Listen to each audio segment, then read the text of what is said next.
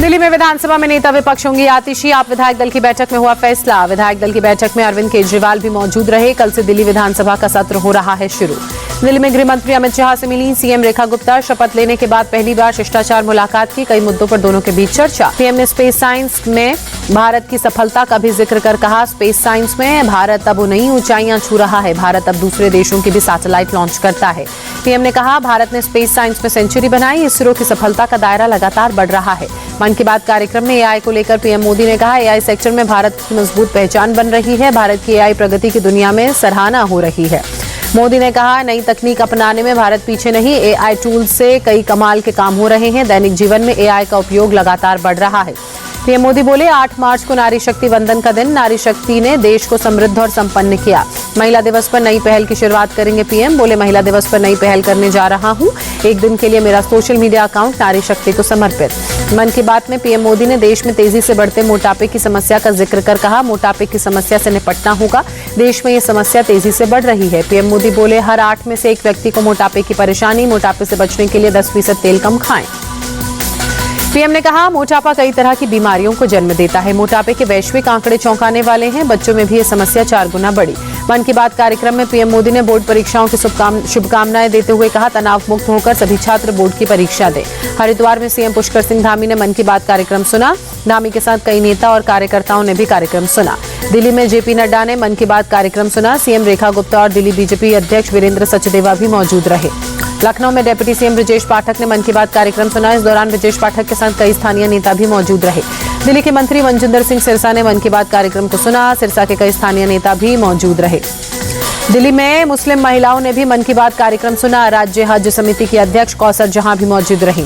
भारत और Pakistan cricket match को लेकर कांग्रेस नेता राशिद अल्वी ने बीजेपी पर साधा निशाना। कहा, चुनाव में पाकिस्तान के खिलाफ बीजेपी नेता नारे लगाते रहे और अब मैच खेल रहे हैं, ये कैसी नीति।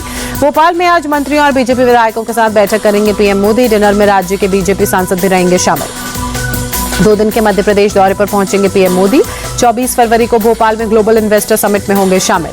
भोपाल में कल से शुरू हो रहे 2 दिवसीय ग्लोबल इन्वेस्टर समिट की तैयारियां लगभग पूरी। बड़े तालाब के तट पर मेजबानी के लिए टेंट सिटी बनकर तैयार। भव्य नजारा ड्रोन में हुआ कैद। मध्य प्रदेश के बाद बिहार दौरे पर पीएम मोदी। 24 फरवरी को भागलपुर से किसान सम्मान निधि की 19वीं किश्त करेंगे जारी। जनसभा को करेंगे संबोधित। पीएम मोदी के बिहार दौरे को लेकर दरभंगा में उप मुख्यमंत्री सम्राट चौधरी का बयान। कहा, किसानों की समृद्धि के लिए 19वीं किश्त जारी करेंगे पीएम। मखाना बोर्ड के निर्माण के लिए दी बधाई।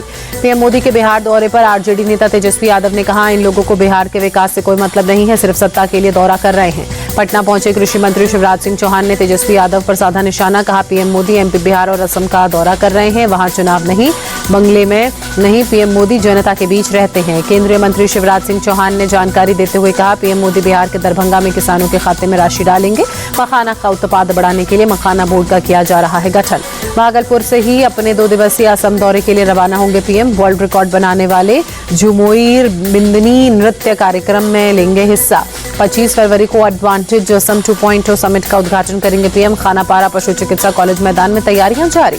28 फरवरी को तमिलनाडु के दौरे पर पीएम रहेंगे। रामेश्वरम में पंबन पुल का उद्घाटन करेंगे।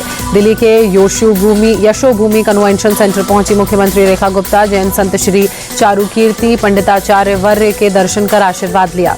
नीतीश कुमार के बेटे निशांत कुमार ने राजनीति में आने की अटकलें तेज हुई। पटना में जेडीयू दफ्तर के बाहर समर्थकों ने लगाए पोस्टर, लिखा, बिहार करे पुकार, आइए निशांत कुमार। इसी साल अक्टूबर नवंबर में होना है विधानसभा का चुनाव।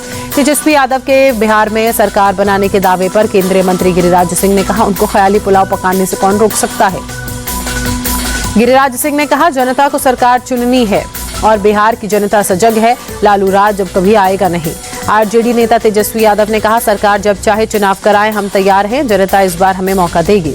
दरभंगा में केंद्रीय मंत्री शिवराज सिंह चौहान ने राष्ट्रीय मखाना अनुसंधान केंद्र का दौरा किया। मखाना किसानों से मुलाकात की। बिहार के उप मुख्यमंत्री सम्राट चौधरी भी मौजूद रहे।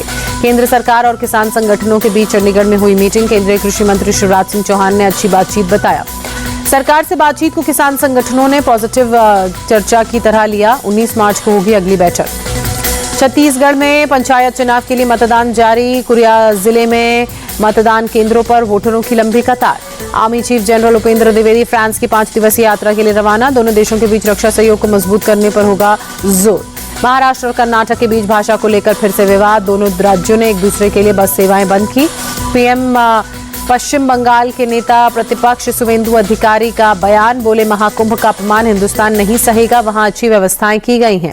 शुवेंदु अधिकारी ने कहा, पिछले 5 हफ्तों से महाकुंभ में काम करने वाले सफाई कर्मियों, पुलिसकर्मियों और नगर निगम से जुड़े लोगों को नमन करना चाहिए। बंगलुरु में कांग्रेस वर्कर हैदर अली की हत्या, शनिवार रविवार की दरमियानी रात अज्ञात बदमाशों ने धारदार हथियार से हमला कर मौत के घाट उतारा। शांतिनगर से कांग्रेस विधायक एनए हारिस की करीबी हैं हैदर अली, केस दर्ज कर आरोपियों की तलाश में पुलिस जुटी। आईसीसी चैंपियंस ट्रॉफी में आज भारत पाकिस्तान के बीच महामुकाबला, दोपहर 2:30 बजे से दुबई के इंटरनेशनल स्टेडियम में भिड़ेंगी दोनों टीमें। वाराणसी में टीम इंडिया की जीत के लिए विशेष हवन पूजन। भारत पाकिस्तान के बीच मैच को लेकर बोले सपा सांसद अवधेश प्रसाद, पूरी उम्मीद है कि मुकाबला भारत जीतेगा। समाजवादी पार्टी की ओर से टीम को शुभकामनाएं। भारत पाकिस्तान के मैच को लेकर देश भर के क्रिकेट प्रेमियों में उत्साह और उमंग। पटना में लोगों ने टीम इंडिया की जीत के लिए हवन पूजन किया। क्रिकेटर मोहम्मद शामी के भाई ने मुरादाबाद में भारत की जीत की प्रार्थना की। परिवार ने दूसरे सदस्यों ने भी टीम की जीत और शमी के शानदार प्रदर्शन की मांग के लिए दुआ मांगी।